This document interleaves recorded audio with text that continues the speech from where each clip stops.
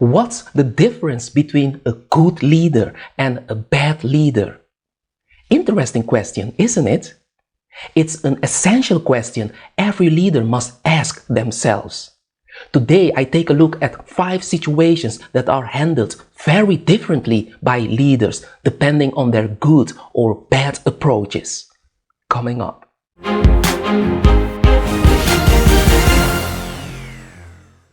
Hi guys, thanks for tuning in. If you're new here, this channel is all about personal development.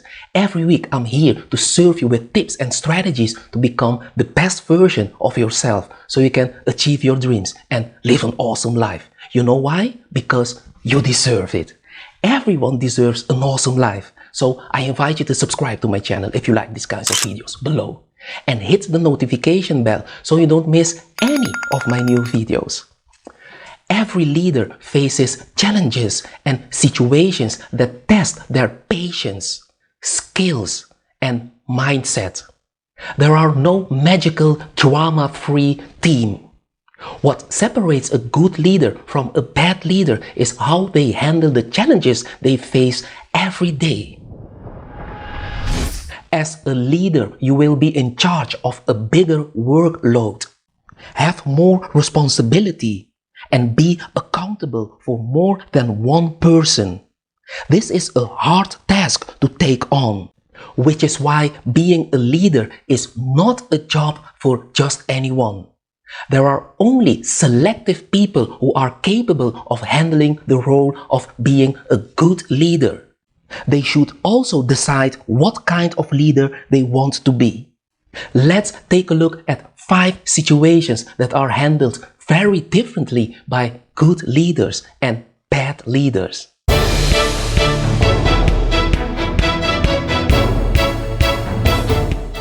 This situation is about an employee's idea. An employee comes to you with a suggestion to help the team. As their leader, it's something you probably already should have done, but haven't gotten around to. How will a bad leader feel, think, and react to this employee's idea? While they may not have meant to, it feels annoying that they are trying to tell me what to do. I'm either going to ignore what they said, come up with some excuses to not act on it, or find something to criticize them about. The result: your team member will learn that making suggestions isn't worth the effort. Much will go unsaid. Good ideas will be lost, and your team is likely to complain about you behind your back. But how will a good leader react to this employee's idea? It's never fun to face harsh truths, but as a good leader, you embrace it. You recognize that your team needs to feel comfortable bringing concerns and ideas to you, so you thank them for the feedback. You also ask a few questions to be sure you understand their suggestion fully. The result: your team member feels heard, and you gain new understanding and trust from your team members. Feedback from your team is the lifeblood of good management.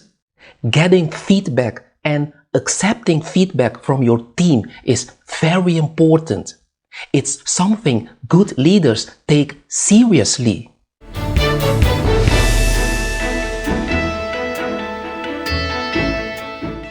This situation is about questions from your team.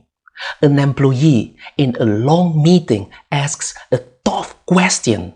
They zoom out and question the value of the project you are all focused on. How did we get here? What made us decide to do this in the first place? How will a bad leader react to this? Shocked and offended. You think to yourself, how dare they question my decision? You glare at the team member and change the subject to focus back on the original discussion. The result: a chilling effect sweeps across your team. They know not to raise tough questions to you in meetings and just go along with things. Healthy debates is something foreign to your team.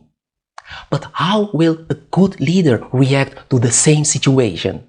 You take a deep breath and address the question head on. Depending on the situation, you either explain the motivations for the decision they may not know for the benefit of the whole team. If the way they asked was disruptive, you talk to them about it in their next one-on-one or privately after the meeting. The result: your team sees that with you. There are no dumb questions, and it's safe to challenge the status quo. This helps your team explore new ideas fully and avoid missing the forest for the trees. It can be hard to manage people who have strong opinions and ideas, but they can also be your greatest asset.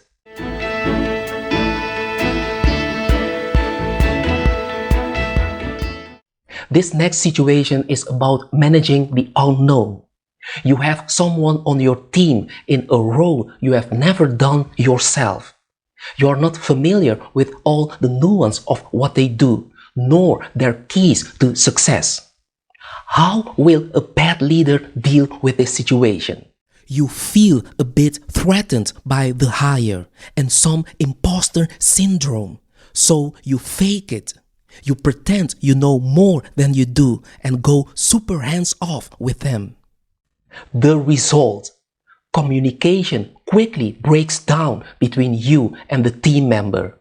They roll their eyes when you pretend you know what they are talking about. Your relationship becomes unpleasant as they try to manage you out of the way so they can just get their work done. But how will a good leader deal with this situation? Recognizing your knowledge gap, you take it head on. You spend time with them to learn from them and ask questions when you don't understand something.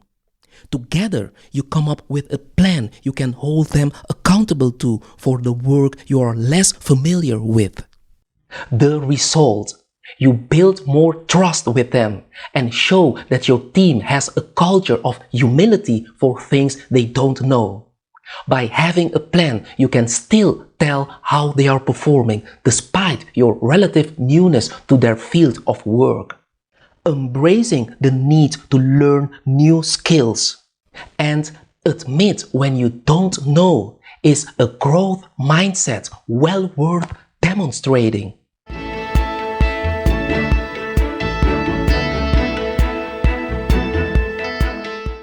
This situation is about working with different personalities and cultures. Your company is dabbling in remote work or recruiting from outside your region. You were raised in an area where everyone says things indirectly and gently. But your new hire is more direct. How will a bad leader deal with this situation? Resentful of their communication style, you blame them for all communication issues. After all, you're the boss, so they should adapt to you. Using your preferred style, you drop subtle hints that they seem to be completely ignoring, much to your frustration. The result: you both become increasingly frustrated with each other. It makes you both want to avoid the other, leading to poor teamwork. But how will a good leader deal with this situation? Recognizing their difference in personality, you make an effort to better understand them. You try to be more explicit in your communication with them and not wince too much when they are more direct than you are used to. You also coach them on how to get a point across with slightly smoother edges. The result: while it's not easy, you work together to reach an understanding in how you each communicate. Finding some common ground leads to better results, and open communication keeps ideas flowing between you both. Anytime there is a problem on your team, it's important to start by looking in the mirror. There is often something you were doing or not doing to contribute to the issue.